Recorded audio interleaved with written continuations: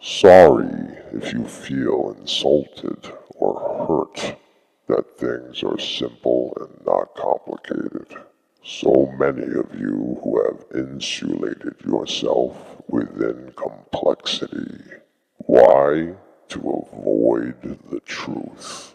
A truth that you are very uncomfortable with. You'd rather substitute your own truth. Your truth being some subjective point of view, formulated by a limited perspective with limited intelligence within a limited frame of reference.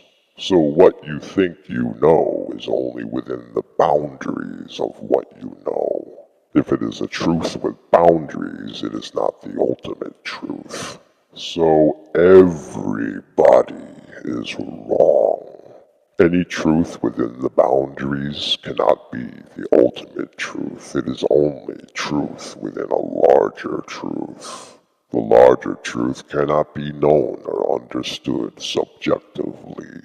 The closest you could come to describing it is to say that it is an impartial truth, a truth of unbias, a detached truth. And even calling it these things would still be inaccurate, because the ultimate truth is not something that can be comprehended with your limited perspective, with limited intelligence, with a limited frame of reference. So any who, what, when, why, where, and how that you've come up with is not the ultimate truth. It may be truth within truth, but it is not the ultimate truth. Ironically, there is an ultimate truth that can be understood, that is incredibly simple, but extremely, very, very difficult to realize. A truth that is uncomfortable, a stripping away of our subjectiveness, the things that we find comfort in, comfort that comes forth. So any subjective perspective is an overcomplication of what's already very simple. Complication is created by an unlimited amount of subjective perspectives. Nothing that a subjective perspective experience, not one of them, not all of them collectively, can be called the truth. The only thing that truly can objectively be said is that there's perception going on, a receiving of an experience. The only way you're aware that there's anything going on is because you have an awareness of what's going on, an awareness of a perception. Go ahead and say it. I have an awareness of a perception. The only truth that could be called a truth, the unspoken truth. A truth that if spoken could be called spoken truth. There is no security, no comfort in the ultimate truth. And this is why complication is created. It secures and insulates a point of perception. Concepts become constructs, and then a point of perception finds comfort in becoming attached to those constructs, thereby also becoming attached to the process of concept construct. What's actually going on is very simple. So simple that the only justification for lingering in it is to have not mastered it. But how can it not be mastered, being so simple that anyone can master it? And that's because points of perception choose to avoid mastering it, being far too attached to the comfort from lingering in it. So how do you become oblivious and avoid the truth? Overcomplication, overcomplication, overcomplication. People like to overcomplicate things to make themselves appear smart and superior. It is a form of self-importance, so an appearance of busyness with complex issues and tasks, or a tool that is used to prop up this overinflated sense of self-worth. It makes people look as if they have an understanding and know what they are doing. The need to convolute stems from a fear of non-understanding. So what a better way to make oneself appear to have an understanding by unnecessarily complicating things. This usually makes the other people that the subject is trying to fool too busy trying to sort things out and follow what is being said than focusing on the raw material. If you can keep someone confused, then you can keep them from making determinations. Overcomplication also serves to hide the fact that at the root of it, what a person is all about isn't all that complicated. Anything that a person has to say shouldn't be that complicated. We see this all the time in speech.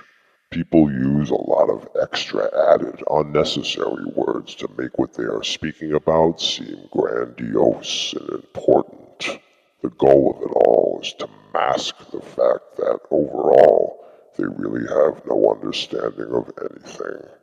They may understand systems, circumstances, subjects, and other various inventory items, but in the grand scheme of things, they understand nothing.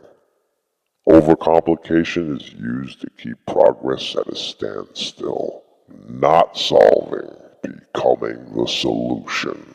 And that's why everything within the system is overcomplicated. Taxes, business, law, the justice system, education, politics, economy, government, all of it in an entangled web of overcomplication.